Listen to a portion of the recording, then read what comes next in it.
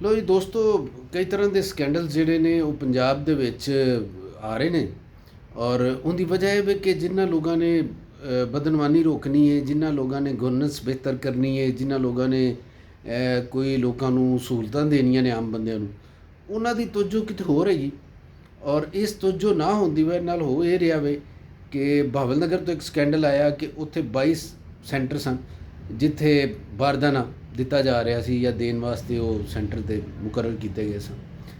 ਅਤੇ ਉਹ ਕਣਕ ਦੇ ਜਿਹੜੇ ਕਾਸ਼ਤਕਾਰ ਨੇ ਉਹਨਾਂ ਨੂੰ ਬੋਰੀਆਂ ਦੇਣੀਆਂ ਸੀ ਬਾਰਦਾਨਾ, ਤਾਂ ਕਿ ਉਹ ਉਹਨਾਂ 'ਚ ਬੋਰੀਆਂ ਦੇ ਵਿੱਚ ਆਪਣੀ ਕਣਕ ਸਮੇਟਣ ਔਰ ਸਰਕਾਰ ਦੀ ਜਿਹੜੀ ਪ੍ਰੋਕਿਓਰਮੈਂਟ ਦੇ ਸੈਂਟਰ ਨੇ ਉੱਥੇ ਜਮ੍ਹਾਂ ਕਰਾਉਣ। ਅਤੇ ਉਹਦੀ ਬਜਾਏ ਹੋ ਇਹ ਰਿਹਾ ਵੇ ਕਿ ਸਰਕਾਰ ਨੇ ਚੂੰਕਿ ਅਨਾਊਂਸ ਕਰਤਾ ਕਿ ਅਸੀਂ ਗੰਦਮ ਨਹੀਂ ਖਰੀਦਣੀ ਕਿਸਾਨਾਂ ਕੋਲੋਂ, ਅਤੇ ਹੁਣ ਉਹ ਜਿਹੜੇ ਸੈਂਟਰਾਂ ਦੇ ਉੱਤੇ ਲੱਖਾਂ ਬੋਰੀਆਂ ਗਈਆਂ ਨੇ ਬਾਰਦਾਨਾ, ਅਤੇ ਉਹ ਹੁਣ ਦਿੱਤੀਆਂ ਜਾ ਰਹੀਆਂ ਨੇ ਜਨਾਬ ਟਰੇਡਰਸ ਨੂੰ।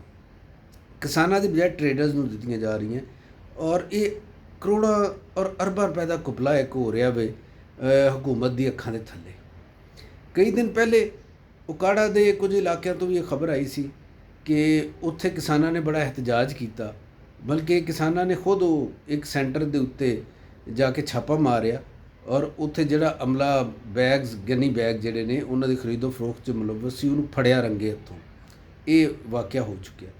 ਉਸ ਤੋਂ ਬਾਅਦ ਬਹਾਵਲ ਨਗਰ ਤੋਂ ਆਇਆ। ਬਹਾਵਲ ਨਗਰ ਤੋਂ ਕਈ ਅਖਬਾਰਾਂ ਨੇ ਰਿਪੋਰਟ ਕੀਤਾ ਕਿ ਉੱਥੇ ਜਿਹੜੇ ਹੈਗੇ ਨੇ ਸੈਂਟਰ ਬਾਰਦਾਨਾ ਦੇ, ਉਹ ਜਨਾਬ ਕੋਈ ਆਪਣਾ ਕੰਮ ਨਹੀਂ ਕਰਨ ਡਏ ਔਰ ਕਿਸਾਨਾਂ ਦੀ ਬਜਾਏ ਵੇਚਣ ਡੇ ਨੇ ਇਹਨਾਂ ਬੋਰੀਆਂ ਨੂੰ ਤਾਜਰਾਂ ਨੂੰ। ਅਤੇ ਇਹਦੇ ਉੱਤੇ ਕੋਈ ਹਕੂਮਤ ਦਾ ਚਾਹੀਦਾ ਸੀ ਕਿ ਫੌਰੀ ਤੌਰ 'ਤੇ ਕੋਈ ਐਕਸ਼ਨ ਲੈਂਦੀ, ਕੋਈ ਕਮੇਟੀ ਬਣਾਉਂਦੀ, ਕੋਈ ਲੁੱਕ ਆਫਟਰ ਕਰਦੀ, ਅਤੇ ਉਹਦੀ ਬਜਾਏ ਕੁਝ ਨਹੀਂ ਹੋਇਆ। ਔਰ ਉਹ ਸ਼ੇਰ ਹੋਏ ਲੋਕ ਉੱਥੋਂ ਦੇ ਜਿਹੜੇ ਸਰਕਾਰੀ ਅਮਲਾ ਸੀ ਪਾਸਕੋ ਦਾ, ਜਿਹੜਾ ਇਹ ਗੰਦਮ ਖਰੀਦਦਾ ਹੈ ਜਾਂ ਸਾਰੇ ਇੰਤਜ਼ਾਮਾਤ ਕਰਦਾ, ਉਹ ਅਮਲਾ ਸ਼ੇਰ ਹੋਇਆ ਔਰ ਉਹਨਾਂ ਨੇ ਜਨਾਬ ਆਪਣਾ ਉਹੀ ਚੱਲਣ ਰੱਖਿਆ। ਇਹਦੇ ਉੱਤੇ ਕਿਸਾਨ ਜਿਹੜੇ ਨੇ ਉਸ ਇਲਾਕੇ ਦੇ ਖਾਸੇ ਮੁਸ਼ਤਿਲ ਹੋਏ, ਕਈ ਜਗ੍ਹਾ 'ਤੇ ਮੁਜ਼ਾਹਰੇ ਹੋਏ ਔਰ ਕਈ ਜਗ੍ਹਾ ਦੇ ਉੱਤੇ ਉਹਨਾਂ ਨੇ ਉਹਨਾਂ ਸੈਂਟਰਾਂ ਦੇ ਉੱਤੇ ਧਾਵਾ ਵੀ ਬੋਲਿਆ, ਮਾਰਕਟਾਈ ਵੀ ਹੋਈ ਜਿਹੜੇ ਪਾਸਕੋ ਦਾ ਅਮਲਾ ਉਹਦੇ ਨਾਲ। ਅਤੇ ਉਹਦੇ ਬਾਅਦ ਪਾਸਕੋ ਦੇ ਜਿਹੜੇ ਸੈਂਟਰ ਇੰਚਾਰਜ ਹੈਗੇ ਨੇ, ਉਹਨਾਂ ਨੇ ਇੱਕ ਖਤ ਲਿਖਿਆ ਆਪਣੇ MD ਨੂੰ। ਉਹਨਾਂ ਨੇ ਕਿਹਾ ਕਿ ਜਨਾਬ ਅਸੀਂ ਇਹ ਨਹੀਂ ਕੀਤਾ, ਲੇਕਿਨ ਇਹ ਅਰਬਾਂ ਅਤੇ ਕਰੋੜਾਂ ਰੁਪਏ ਦਾ ਘਪਲਾ ਹੋਇਆ ਜ਼ਰੂਰ ਹੈ। ਯਾਨੀ ਪਹਿਲੀ ਗੱਲ ਇਹ ਕਿ ਉੱਥੇ ਘਪਲਾ ਹੋਇਆ ਔਰ ਉਹਨੂੰ ਸੈਂਟਰਾਂ ਦੇ ਜਿਹੜੇ ਇੰਚਾਰਜ ਨੇ ਉਹ ਤਸਲੀਮ ਕਰਨ ਡਏ ਨੇ। ਇਹਨਾਂ ਨੇ ਖਤ ਲਿਖਿਆ ਆਪਣੇ MD ਨੂੰ ਔਰ ਉਹਦੇ ਵਿੱਚ ਉਹਨਾਂ ਨੇ ਕਿਹਾ ਕਿ ਇਹ ਸਾਰਾ ਕੁਝ ਹੋਇਆ ਵੇ, ਲੇਕਿਨ ਅਸੀਂ ਇਹਦੇ 'ਚ ਕਸੂਰਵਾਰ ਨਹੀਂ ਹੈਗੇ। ਅਤੇ ਕਸੂਰਵਾਰ ਕੌਣ ਹੈ ਫਿਰ? ਉਹਨਾਂ ਨੇ ਕਿਹਾ ਕਸੂਰਵਾਰ ਸਾਡਾ ਜਿਹੜਾ ਜ਼ੋਨਲ ਹੈੱਡ ਹੈ ਉਹ ਵੇ, ਅਸੀਂ ਉਹਦੇ ਕਹਿਣ 'ਤੇ ਸਾਰਾ ਕੁਝ ਕੀਤਾ ਵੇ, ਅਤੇ ਅਗਰ ਤੁਸੀਂ ਕੋਈ ਕਾਰਵਾਈ ਕਰਨੀ ਹੈ, ਕੋਈ ਸਜ਼ਾ ਦੇਣੀ ਹੈ, ਪੁੱਛ ਦੱਸ ਕਰਨੀ, ਤਾਂ ਤੁਸੀਂ ਉਹਦੇ ਖਿਲਾਫ ਕਰੋ। ਉਸ ਤੋਂ ਬਾਅਦ ਜਦੋਂ ਉਹ ਰਾਬਤਾ ਕੀਤਾ ਗਿਆ, ਮੀਡੀਆ ਨੇ ਰਾਬਤਾ ਕੀਤਾ ਉਹਨਾਂ ਦੇ ਨਾਲ ਜ਼ੋਨਲ ਹੈੱਡ ਨਾਲ, ਅਤੇ ਉਹਨੂੰ ਪੁੱਛਿਆ ਕਿ ਜਨਾਬ ਤੁਸੀਂ ਇਹਦੇ ਬਾਰੇ ਕੀ ਦੱਸੋ? ਅਤੇ ਉਹਨੇ ਕਿਹਾ ਜੀ ਕਿ ਇਹ ਜਿਹੜੇ ਲੋਕ ਨੇ ਇਹ ਰਹਿ ਲੀਲਾ ਐਵੇਂ ਮੇਰੇ ਖਿਲਾਫ ਜਿਹੜੀ ਕਾਰਵਾਈ ਕਰਨ ਡਏ ਨੇ, ਮੈਂ ਇਹਨਾਂ ਨੂੰ ਚੂੰਕਿ ਟਾਰਗੇਟ ਹਾਰਡ ਕਿਸਮ ਦੇ ਦਿੱਤੇ ਸਨ, ਅਤੇ ਬਜਾਏ ਇਹਦੇ ਕਿ ਇਹ ਉਹਨਾਂ ਨੂੰ ਟਾਰਗੇਟਸ ਨੂੰ ਅਚੀਵ ਕਰਦੇ, ਇਹ ਸਾਰੇ ਜਿਹੜੇ ਸੈਂਟਰ ਦੇ ਹੈਗੇ ਨੇ ਇੰਚਾਰਜ ਇਹ ਮੇਰੇ ਖਿਲਾਫ ਹੋ ਗਏ ਨੇ। ਇਹ ਵਾਲੀ ਉਹਨੇ ਗੱਲ ਕੀਤੀ। ਲੇਕਿਨ ਮਸਲਾ ਸਿਰਫ ਇੰਨਾ ਨਹੀਂ ਹੈਗਾ, ਮਸਲਾ ਇਸ ਤੋਂ ਅੱਗੇ ਵੀ। ਇਹ ਬਹਾਵਲ ਨਗਰ ਦਾ ਵਾਕਿਆ ਵੀ ਖਾਲੀ ਨਹੀਂ ਹੈਗਾ, ਬਹਾਵਲ ਨਗਰ ਦੇ 22 ਸੈਂਟਰਾਂ ਦਾ ਵੀ ਨਹੀਂ ਹੈਗਾ, ਇਹ ਉਕਾੜਾ ਦੇ ਸੈਂਟਰਾਂ ਦਾ ਵੀ ਨਹੀਂ ਹੈਗਾ। ਇਹ ਐਸੇ ਡਿਸਟ੍ਰਿਕਟਸ ਨੇ ਜਿੱਥੇ ਗੰਦਮ ਹੁੰਦੀ ਜ਼ਿਆਦਾ, ਜਿੱਥੇ ਦੇ ਲੋਕਾਂ ਦਾ ਰੋਜ਼ਗਾਰ ਹੈ ਕਾਸ਼ਤਕਾਰੀ ਦੇ ਨਾਲ। ਇੱਥੇ ਇਹ ਪਤਾ ਲੱਗਦਾ ਜਿਹੜਾ ਮਸਲਾ ਹੈ, ਮਸਲਾ ਇਹ ਵੇ ਕਿ ਇੱਥੇ ਲੋਕਾਂ ਨੇ ਜਿਹੜਾ ਗਵਰਨਮੈਂਟ ਦੇ ਉੱਤੇ ਇਤਮਾਦ ਕੀਤਾ ਔਰ ਜਿਹੜੀ ਗਵਰਨਮੈਂਟ ਸਾਨੂੰ ਦੱਸਦੀ ਕਿ ਅਸੀਂ ਕਿਸੇ ਤਰ੍ਹਾਂ ਦੀ ਐਮਬੈਜ਼ਲਮੈਂਟ ਨਹੀਂ ਹੋਣ ਦੇਵਾਂਗੇ, ਸਿਸਟਮ ਨੂੰ ਸ਼ਫਾਫ ਰੱਖਿਆ ਹੈ, ਕਿਸਾਨਾਂ ਨੂੰ ਸਹੂਲਤ ਦੇ ਰਹੇ ਹਾਂ, ਔਰ ਜਿਹੜੇ ਮੁਕਾਮੀ ਅਮਲਾ ਹੈਗਾ ਉਹਦੇ ਉੱਤੇ ਸਾਡੀ ਅੱਖ ਹੈ, ਸਿਆਸੀ ਲੋਕ ਵੀ ਉਹਨਾਂ ਦੀ ਨਿਗਰਾਨੀ ਕਰਨ ਡਏ ਨੇ, ਹਕੂਮਤੀ ਹਾਈ ਅਪਸ ਜਿਹੜੇ ਨੇ ਉਹ ਵੀ ਇਸ ਚੀਜ਼ ਨੂੰ ਵੇਖਣ ਡਏ ਨੇ। ਇਹ ਸਾਰੇ ਦਾਅਵੇ ਜਿਹੜੇ ਨੇ, ਸਾਰੀਆਂ ਗੱਲਾਂ ਇਹ ਸਾਨੂੰ ਝੂਠ ਲੱਗੀਆਂ ਔਰ ਇੰਝ ਹੀ ਲੱਗਾ ਕਿ ਚੱਲਦਾ ਫਿਰਦਾ ਮੁਲਕ ਜਿਹੜਾ ਸਾਨੂੰ ਨਜ਼ਰ ਆ ਰਿਹਾ ਵੇ, ਇਹ ਤਾਂ ਅੱਲਾ ਵੱਲੋਂ ਚੱਲੀ ਜਾ ਰਿਹਾ। ਇਹਦੇ ਵਿੱਚ ਕਿਸੇ ਹਕੂਮਤ ਦਾ, ਕਿਸੇ ਸਿਆਸਤਦਾਨ, ਕਿਸੇ ਹੁਕਮਰਾਨ ਦਾ ਤਾਂ ਕੋਈ ਕਮਾਲ ਹੀ ਨਹੀਂ ਹੈਗਾ। ਇਹਦੇ ਵਿੱਚ ਹਰ ਜਗ੍ਹਾ ਦੇ ਉੱਤੇ ਇਸੇ ਤਰ੍ਹਾਂ ਹੀ ਰੌਲਾ, ਇਹ ਭਰਮ ਬਣੇ ਨੇ ਇੱਕ, ਅਤੇ ਕਿਸਾਨ ਜਿਹੜੇ ਨੇ ਉਹ ਰੋਣ ਡਏ ਨੇ। ਅਸੀਂ ਇਹਦੇ ਉੱਤੇ 2 ਵਿਲਾਗ ਕਰ ਚੁੱਕੇ ਹਾਂ ਕਿਸਾਨਾਂ ਦੇ ਮਸਾਇਲ ਦੇ ਉੱਤੇ, ਗੰਦਮ ਦੇ ਹਵਾਲੇ ਨਾਲ। ਤੇ ਹੋਰ ਵੀ ਲੋਕ ਇਹਦੇ ਤੇ ਗੱਲ ਕਰਨ ਦੇ। ਤੇ ਪੰਜਾਬ ਹਕੂਮਤ ਬੜੀ ਡਠਾਈ ਨਾਲ ਕਹਿੰਦੀ ਪਈ ਹੈ ਕਿ ਗੰਦਮ ਦਾ ਕੋਈ ਮਸਲਾ ਹੀ ਨਹੀਂ ਹੈਗਾ। ਮਸਲਾ ਕਿਉਂ ਨਹੀਂ ਜੀ ਹੈਗਾ? ਗੰਦਮ ਜਿਹੜੀ ਹੈ ਉਹ ਬਾਹਰ ਪਈ ਹੈ ਲੋਕਾਂ ਦੀ, ਉਹਨਾਂ ਕੋਲ ਬਾਰਦਾਨਾ ਵੀ ਨਹੀਂ। ਤੁਹਾਡਾ ਅਮਲਾ ਉਹ ਬਾਰਦਾਨਾ ਕਿਤੇ ਹੋਰ ਵੇਚਣ ਡਿਆ ਵੇ ਤੇ ਗੰਦਮ ਨਹੀਂ ਉਹ ਸਟੋਰ ਹੋਣ ਦੇ ਕਾਬਲ ਹੈਗੀ। ਉਸ ਤੋਂ ਬਾਅਦ ਜਿਹੜੇ ਲੋਕਾਂ ਦੀ ਗੰਦਮ ਪੈਦਾ ਹੋਈ ਉਹਨਾਂ ਕੋਲ ਆਪਣੀ ਤਾਂ ਗੁੰਜਾਇਸ਼ ਨਹੀਂ ਹੈਗੀ, ਉਹ ਆਪਣੇ ਭੜੋਲਿਆਂ 'ਚ ਕਿੰਨੀ ਕੁ ਰੱਖ ਲੈਣਗੇ ਗੰਦਮ। ਉਹ ਜ਼ਿਆਦਾ ਘਰ ਦੀ ਜ਼ਰੂਰਤ ਦੀ ਹੁੰਦੀ, ਬਾਕੀ ਗੰਦਮ ਉਹਨਾਂ ਵੇਚ ਕੇ ਆਪਣੀਆਂ ਬਾਕੀ ਜ਼ਰੂਰਤਾਂ ਪੂਰੀਆਂ ਕਰਨੀਆਂ ਹੁੰਦੀਆਂ ਨੇ। ਕਿਸੇ ਨੇ ਕੋਈ ਸ਼ਾਦੀ ਵਿਆਹ ਕਰਨਾ ਹੈ, ਲੀੜਾ ਲੱਤਾ ਲੈਣਾ ਹੈ, ਆਪਣਾ ਕੋਈ ਕੋਠੇ ਬਣਾਉਣੇ ਨੇ, ਕੋਈ ਡੰਗਰ ਲੈਣੇ ਨੇ, ਕੋਈ ਹੋਰ ਜਗ੍ਹਾ ਦੇ ਉੱਤੇ ਇਨਵੈਸਟਮੈਂਟ ਕਰਨੀ, ਇਹ ਕੰਮ ਹੁੰਦੇ ਨੇ ਉਹਨਾਂ ਦੇ। ਗੰਦਮ ਇੱਕ ਉਹਨਾਂ ਵਾਸਤੇ ਜਿੰਸ ਔਰ ਨਕਦੀ, ਅਤੇ ਇਹਦੇ ਤੋਂ ਉਹਨਾਂ ਨੇ ਅੱਗੇ ਕਈ ਤਰ੍ਹਾਂ ਦੇ ਕੰਮ ਲੈਣੇ। ਅਤੇ ਜੇ ਵਿਕੇਗੀ ਨਹੀਂ ਅਤੇ ਇਹਦਾ ਮਤਲਬ ਜਿਹੜਾ ਨਕਦੀ ਦੀ ਜਿਹੜਾ ਜਿੰਸ ਦੀ ਸ਼ਕਲ ਦੇ ਵਿੱਚ ਪੈਸਾ ਸਾਡੇ ਮਈਸ਼ਤ ਦੇ ਵਿੱਚ ਹੈਗਾ ਵੇ, ਉਹ ਕਿੱਥੇ ਜਾਏਗਾ? ਉਹ ਰੁਕ ਜਾਏਗਾ। ਅਤੇ ਉਹ ਪੈਸਾ ਰੁਕਣ ਦੇ ਨਾਲ ਪੂਰੀ ਜ਼ਰਈ ਮਈਸ਼ਤ ਜਿਹੜੀ ਹੈ ਉਹ ਰੁਕ ਜਾਏਗੀ।